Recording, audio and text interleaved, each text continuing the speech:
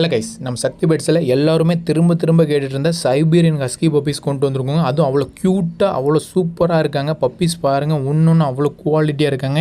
இந்த குவாலிட்டியில் வேறு எங்கேயுமே வாங்க முடியாதுங்க. நல்ல ப்ளூ ஐஸில் மேல் ஃபீமேல் 2 பப்பீஸுமே இருக்காங்க.